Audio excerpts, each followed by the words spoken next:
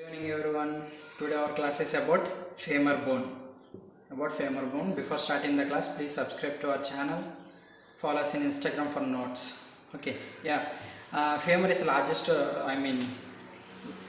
Long concept. So we divide the femur into two parts: upper end and lower end. In this class, we will discuss about the upper end and side determination along with the anatomical position of this femur. The special features of femur is the thigh bone, and it is the longest and strongest bone of our body. Longest and strongest bone of the entire body. Next, coming to the side determination of femur. See, the upper end is medially and directed. See, it is medially. Upper end has head that is directed medially, as well as the head is round. And now coming to the shaft is cylindrical and is convex forward here like this, and lower end is wider part. Okay, next coming to the anatomical position. See, head is directed medially upwards as well as forwards. Okay, medially upwards as well as forwards. Next, shaft is directed obliquely downwards and medially, so that the lower surface of the two condyles of femur lies in same horizontal plane. This is the anatomical position. Now coming to the concept important part, that is upper limb. Upper limb is very important for 5 marks. Frequently asked question. Next, coming to the point, upper end has some main important parts. First one is head. Next one is neck. Next one is greater trochanter. Fourth one is lesser trochanter. Fifth one is intertrochanteric line. Sixth one is intertrochanteric crest. Intertrochanteric line and intertrochanteric crest. We will discuss about these 6 parts. Now coming to the part of head. The head forms more than half of a spear. See, head looks like a spear. This is the anterior surface of upper end, and this is the posterior surface of upper end. See, while saying from anterior and posterior, either anterior or posterior, the head is round. Okay, next it is directed medially upwards as well as forwards. Medially upwards as well as forwards. Next, it articulates. This head articulates with this acetabulum. Head articulates with acetabulum to form hip joint. Head articulates with acetabulum to form hip joint. Next, a rounded pit is situated just below. See, it is seen in the posterior region. Here is the rounded pit. It is present just below and behind the center of the head. It is called fovea. This depression, small depression, is called pit, and it is called fovea.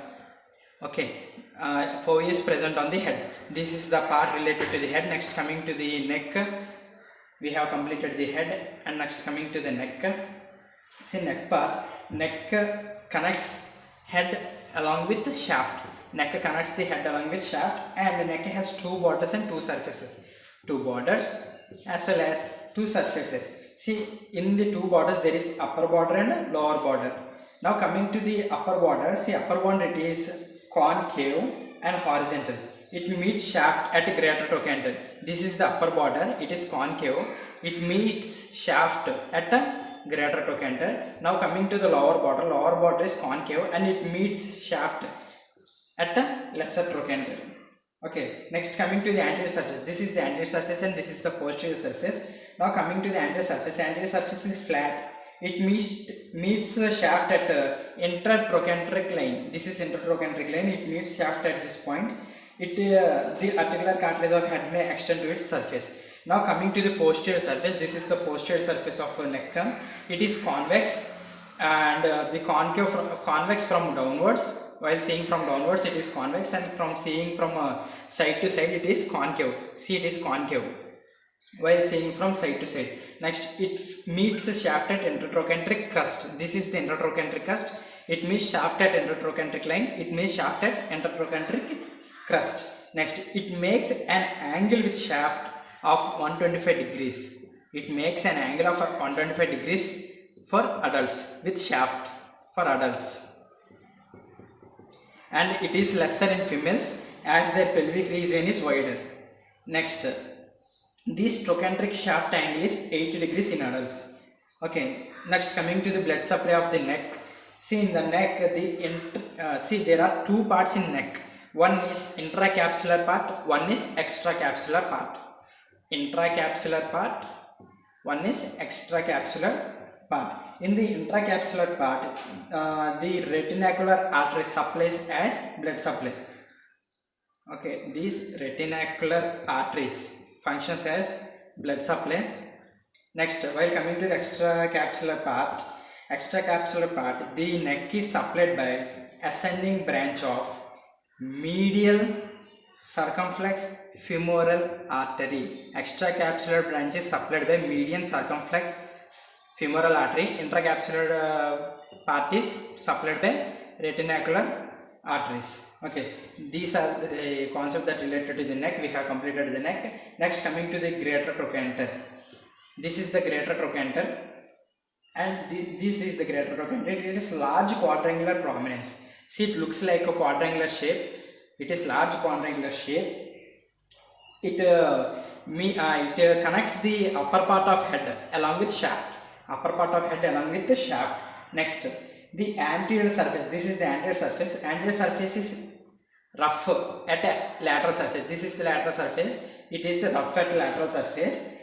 Okay. Next, this greater trochanteric line has an upper border and three surfaces. This is the upper border and it has three surfaces. See, at the upper border, we can see clearly in posterior region. This is the upper border. It is apex. Upper border is apex.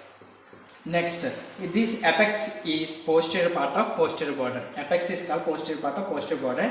Next, coming to the anterior surface. This is the anterior surface. Anterior surface is rough. In lateral part, anterior surface is rough. Next, coming to the medial surface. This is the medial surface. Here, from this side, this is the medial surface. Medial surface has rough impressions and a deep trochanteric fossa below. Okay, and deep trochanteric. This is the trochanteric fossa. It has deep trochanteric fossa at below. Next, coming to the lateral surface. Lateral surface is crossed by an oblique ridge directed downwards and forwards. This is the oblique ridge directed downwards and forwards. These are the surfaces that related to the greater trochanter. Next, coming to the lesser trochanter. Say lesser trochanter is a conical eminence. Okay, this is the lesser trochanter. This is the lesser trochanter.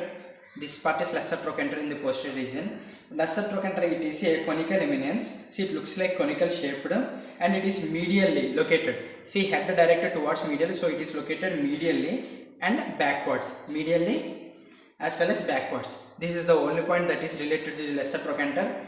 Now coming to the intertrochanteric line. See, intertrochanteric line.